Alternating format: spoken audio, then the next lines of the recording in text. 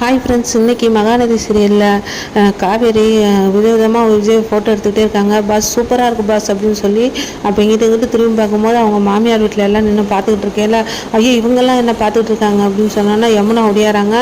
மாமா சூப்பராக இருக்கும் மாமா, நீங்கள் ஒரு ஹீரோ மாதிரி இருக்கீங்க, அமக்கலமாக இருக்கீங்க அப்படி இப்படின்னு சொன்னோன்னா காவேரிக்கு வந்து பொறாமல் வருது. ஏய் ஓடி போயிடுறி, எதுக்கு நீங்கள் இருந்துட்டு இருக்க அப்படின்னா, ஓ இது வேறையா அப்படின்னோன்னா வேணுக்குன்னே உங்களுக்குறாங்க.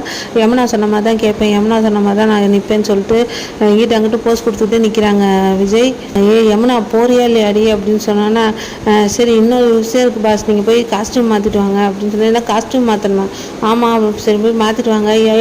நர்மதா டீ கொண்டாந்து கொடு அப்படின்னோன்னா, டீயா எதுக்கு டீ, ஒரு பிரேக் எடுத்துகிட்டு டீ குடிச்சிட்டு போங்க பாஸ் அப்படின்னு சொன்னோன்னா, அப்படியா அப்படின்னு சொல்லிட்டு கூடவே அப்பளத்தையும் கொண்டாந்து நர்மதா கொடுக்குறா. என்ன அப்பளம் கொண்டு வந்துக்க, டீயோட ஸ்நாக்ஸ் அப்பளம் சாப்பிட்டு பாருங்கள் சூப்பராக இருக்கும் பாஸ் அப்படின்னு சொன்னால், அப்படியா அப்படின்னு சொல்லிட்டு அப்பளத்தை தின்ட்டு விளம்பரப்படுத்துக்கு எப்படி போஸ்ட் கொடுப்பாங்களோ அப்படியே போஸ்ட் கொடுக்குறாங்க.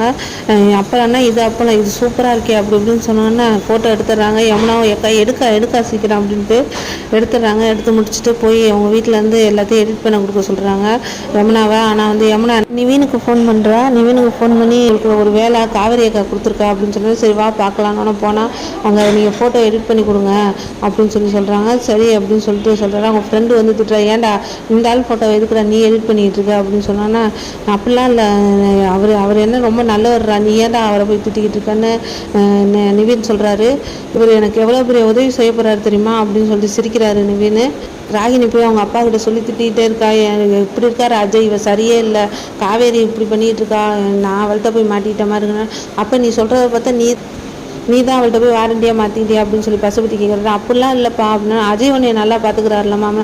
ஆமாம் கொடுமையிலும் கொடுமை அந்த குடும்பம் தான், இருந்தாலும் சும்மா மக்கா இருக்கான், எதுவுமே தெரியல, அவங்களுக்கு கொத்தடிமை மாதிரி இருக்கிறான் அப்படின்னு சொன்னோன்னே, காவேரியை பழிவாங்கன்னு உன் வாழ்க்கையை நான் பணைய வச்சுட்டேன் அப்படின்னு சொல்கிறாரு. விடுங்கப்பா நான் பார்த்துக்கிறேன், நான் உங்கள் பொண்ணுப்பா அப்படின்னு சொல்கிறாங்க ராகினி. பார்ப்போம் ராகினி வந்து காவேரியை ஜெயிக்க முடியுமா பார்த்துக்கலாம். விஜய்க்கு அப்பள விஷயம் தெரிஞ்சால் என்ன ஆக போதோ தெரியல. ஸோ காவேரி மாட்டாமல் இருந்தால் சரி. வீடியோ பிடிச்சிருந்தா சப்ஸ்கிரைப் பண்ணுங்கள். தேங்க்யூ.